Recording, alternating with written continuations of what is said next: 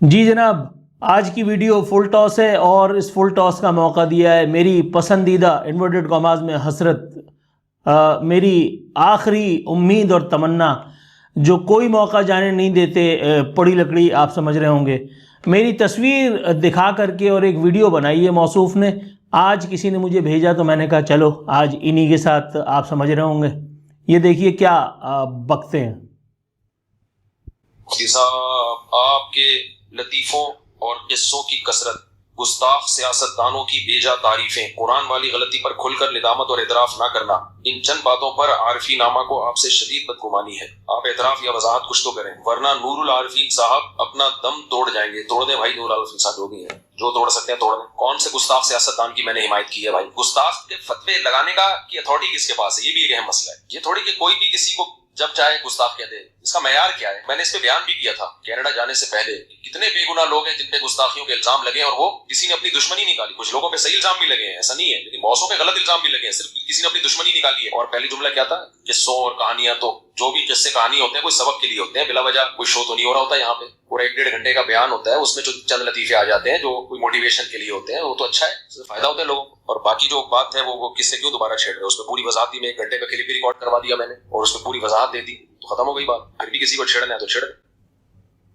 جی جناب، جیسا کہ آپ نے دیکھا کہ مفتی یوٹیوبر جو اسلامک بینکنگ، آپ سمجھ رہے ہوں گے، دامت برکاتہ کے عین کوئی چاچے مامے، جن کی آڑ کے طور پہ سو کالڈ کوئی مولانا ہے محمد عبدالعزیز، جو باقاعدہ آج کل ایک مشن پہ تھے اور لال مسجد کو جھٹلانے کے مشن پہ ان کو بھی لگا دیا گیا تھا۔ ایسا کرنے کی فرمائش کہاں سے آئی ہوگی؟ اور اس کے بعد پھر ایک، آپ سمجھ رہے ہوں گے، ایک دورہ بھی ہوا جامعۃ الرشید کا، اس کے بعد کچھ گرانٹس وغیرہ بھی شاید ہوئی ہوں گی، مجھے نہیں پتا۔ یہ سب فی سبیل اللہ نہیں ہوتا۔ ملا رینٹل جو ہے ہمارے ملک میں یہ بڑا عام ہے۔ وہ ڈائنوسور کی آخری نسل طاہر اشرفی، کل اپنے پروگرام میں اس کے 2 شارٹس میں نے چلائے ہیں، اس کی منافقت اور اس کی جہالت کا جو ہے وہ پردہ فاش کرنے کے لیے۔ ایک میں وہ عاصم منیر صاحب کو جو ہے وہ اپنی حمایت کا یقین دلا رہا ہے، کہہ رہا ہے کہ یہ تمام مدارس اور مدارس کے علماء اور طلباء آپ کے اشارے ابرو کے منتظر ہیں۔ پھر میں نے اس کے فوراً بعد وہ ساؤنڈ بائٹ چلایا جس میں وہ عمران خان کی تعریفیں کر رہا ہے کہ کیا ہینڈسم تھے، کیا انہوں نے اقوام متحدہ میں خطاب فرمایا۔ تو بتانے کا مقصد یہ تھا کہ ان ملاؤں کی باتوں میں آ کر کے آپ نے اپنا ہوش حواس نہیں کھونا، یہ برائے فروخت ہوتے ہیں۔ میں ببانگ دول کہہ رہا ہوں، اسلامک بینکنگ بھی ان کو اسی لیے پسند ہے کیونکہ اس میں ان کو غلط کاری کو صحیح کرنے کا موقع فراہم ہوتا ہے۔ اس کے اوپر بھی ڈیٹیل میں انشاءاللہ تعالی ایک ویڈیو کرنے کی میں سوچ رہا ہوں، انشاءاللہ اسی ہفتے میں وہ بھی کروں گا۔ اب آ جاتے ہیں ان کی بات پر، جو انہوں نے میری ویڈیو دکھا کر کے، میرا چہرہ انور دکھا کر کے، معاذ اللہ، اور اللہ تعالیٰ معاف کرے، انہوں نے جو ہے وہ اپنا جہل برتنے کی کوشش کی ہے۔ یہ ملا یوٹیوبر جو ہیں، انڈا موڑ کے مفتی، یہ ہوٹل پہ بیٹھ کر کے مفت کا چائے پراٹھا کھانے والے، آج ان کو اسلامک بینکنگ، ان کو بینکنگ بھی اس لیے سمجھ میں آتی ہے کیونکہ اس بینک سے انہوں نے اپنی غربت، اپنے افلاس اور اپنی چولوں کو چھپانے کے لیے ایک آڑ ڈھونڈی ہے، ڈالا خرید کر کے۔ ڈالا بینک سے انہوں نے لیا ہے، اور بینک چونکہ اسلامی نام پر لوٹ رہا ہے تو اس لیے ان کو اسلامک بینکنگ بہت پسند ہے۔ آپ سمجھ رہے ہوں گے میں کیا کہہ رہا ہوں۔ یہ کہتے ہیں ان کے اپنے ہی فتاوا میں، جو یہ بیٹھ کر کے ممبر و محراب پہ پھکڑ پن کرتے ہیں اور سامنے 10,000 بیوقوف بیٹھ کر کے واہ واہ واہ واہ سبحان اللہ کرتے ہیں۔ ضمیر اختر جعفری کے ساتھ بھی ایسے 50 جاہل بیٹھے ہوتے تھے، اس میں آپ نے ٹینشن نہیں لینی ہے، سنیے ذرا حوصلے کے ساتھ۔ میں آپ کو یہ بتا رہا تھا کہ یہ جو وہاں بیٹھ کر کے بریانی بنانے کی ترکیبیں سناتے ہیں، یہ بتا رہے ہیں کہ انسپریشنل بیان ہوتے ہیں جس میں یہ پھکڑ پن کرتے ہیں۔ انسپریشن کیسے لیا جا سکتا ہے پھکڑ پن سے؟ کہ جس میں آپ 2 میاں بیوی کی باتیں کر رہے ہیں، جس میں آپ لطیفے سنا رہے ہیں۔ یہ انسپریشن کا خیال شیخ سعدی سے لے کر کے خواجہ معین الدین چشتی اجمیری، اس کے بعد آج تک موجود کوئی نہ کوئی بزرگ ہستی، ان کو کیوں نہیں خیال آیا کہ محفل میں ممبر و محراب پہ بیٹھ کر کے پھکڑ پن کریں، بریانی بنانے کی، رائتہ بنانے کی ترکیبیں سکھائیں، میاں بیوی کے قصے سنائیں، اپنے انڈے اور پراٹھے کی داستانیں سنائیں؟ اس سے کون الو کا پٹھا انسپائر ہوتا ہے؟ پہلے تو مجھے یہ جاننا ہے۔ کھلا کر کے بات کریں گے آپ۔ انہوں نے میری ویڈیو دکھا کر کے اور جو ہے وہ بذات خود پڑی لکڑی پہ سواری کا اظہار فرمایا ہے، میں حاضر ہوں، میں حاضر ہوں، میں لیتے ہوئے یہ نہیں دیکھتا کہ سامنے کون ہے۔ اب سنیے ذرا، انہوں نے فرمایا تھا اپنے ایک فتوے میں اس جہالت برے فتوے میں انہوں نے فرمایا تھا کہ یوٹیوب کی کمائی حرام ہے، اگر اس میں سے 20% آپ دے دیں جو ہے صدقہ خیرات اللہ کے نام پہ تو وہ جائز ہو جاتا ہے۔ ابے سلطانہ ڈاکو کو یہ خیال نہیں آیا؟ سلطانہ ڈاکو کے زمانے میں طارق مسعود نہیں تھا، سلطانہ ڈاکو کے زمانے میں اسلامک بینکنگ نہیں تھی، سلطانہ ڈاکو کے زمانے میں طارق کیا نام ہے اس کا دامن برکاتو نہیں تھے، جن کو جو ہے وہ صدارتی استثناء پہ تو بات کرتے ہوئے بڑا خیال آ رہا تھا، لیکن اس سے آگے بات کرتے ہوئے ان کے پر جل رہے تھے۔ صدارتی استثناء پر بھی انہوں نے بچ بچا کر کے بات کی ہے، کیونکہ ان کو پتا تھا کہ اس سے آگے اگر جائیں گے تو ان کا پروٹوکول چھین لیا جائے گا۔ وہ جو زمین ہے جس کے اوپر آپ سمجھ رہے ہوں گے میرے پاس باقاعدہ پارٹی موجود ہے، وہ تمام دستاویزات کے ساتھ کھڑی ہو تو میں لفٹ نہیں کرا رہا۔ میں نے کہا بھائی یہ میرا کام نہیں ہے، جا کر کے عدالت میں بول جس کو جو کچھ بولنا ہے۔ تو آپ سمجھیں پوچھنا مجھے یہ تھا کہ یہ جو مجھے بتا رہے تھے کہ انسپائر کر رہے ہیں یہ لوگوں کو بیٹھ کر کے، اور ساتھ میں انہوں نے یہ بھی فرمایا کہ انہوں نے کینیڈا جانے سے پہلے جو بیان ریکارڈ کرایا تھا، میں اس بیان کو جوتے کی نوک پہ رکھتا ہوں۔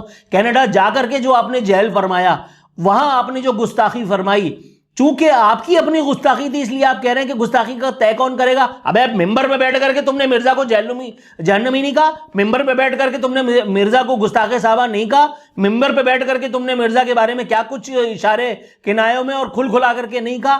تمہارا مطلب تھا، تم بول رہے تھے دوسرا نشانہ تھا، اس لیے وہ گستاخی ٹھیک تھی۔ یہاں تمہارے اپنے اوپر آ گئی تو لگی دم جلنے۔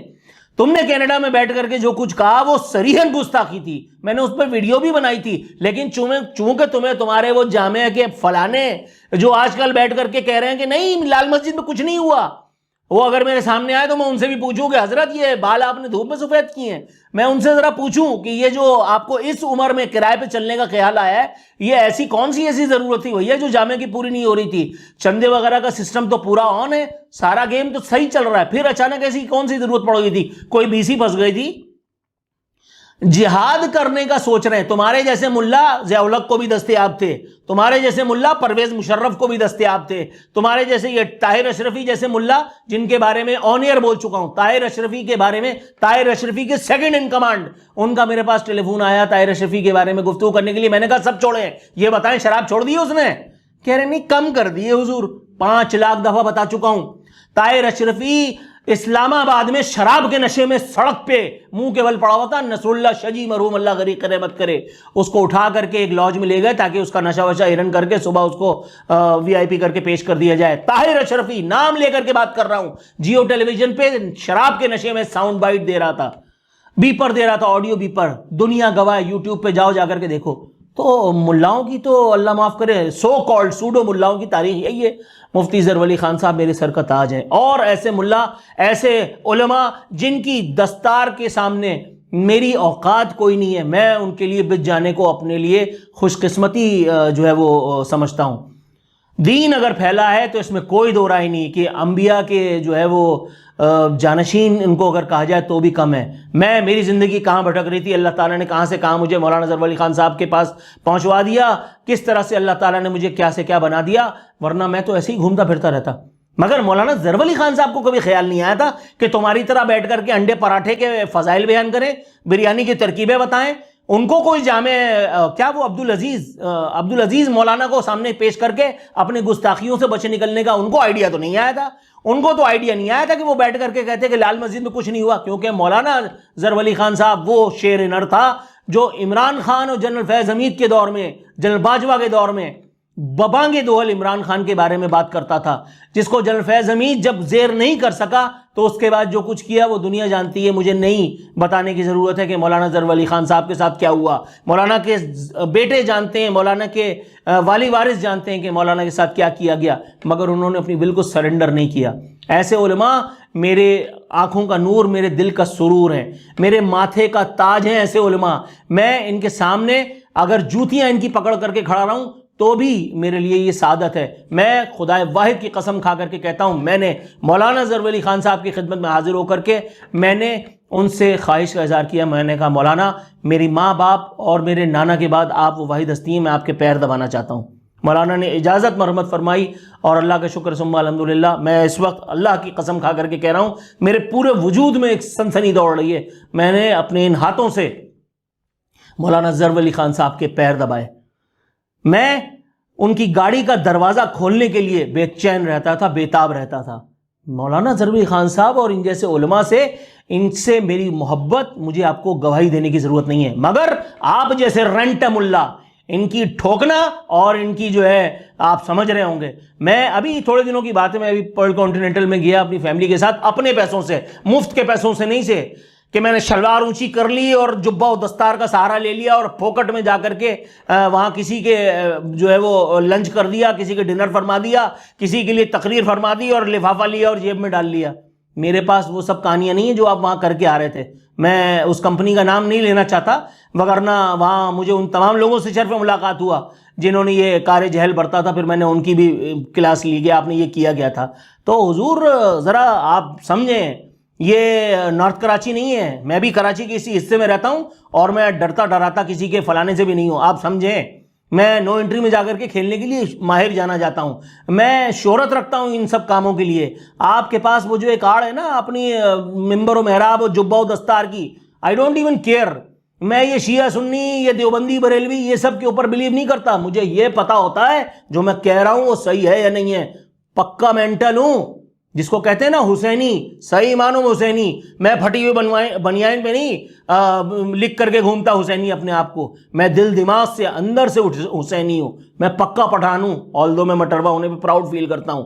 لیکن حضور والا میری تصویر دکھا کر کے نہیں، نا نا نا نا نا نا، میں ویڈیو جعفری نہیں ہوں جس کے بارے میں آپ جو ہے وہ کسی بھی جگہ بیٹھ کر کے اور کچھ بھی اپنے اس سو کالڈ مدرسے کے لوگوں کے سامنے یا وہ پکڑ وہ فکری قلاش لوگوں کے سامنے بیٹھ کر کے کچھ بھی بیان فرماتے ہیں.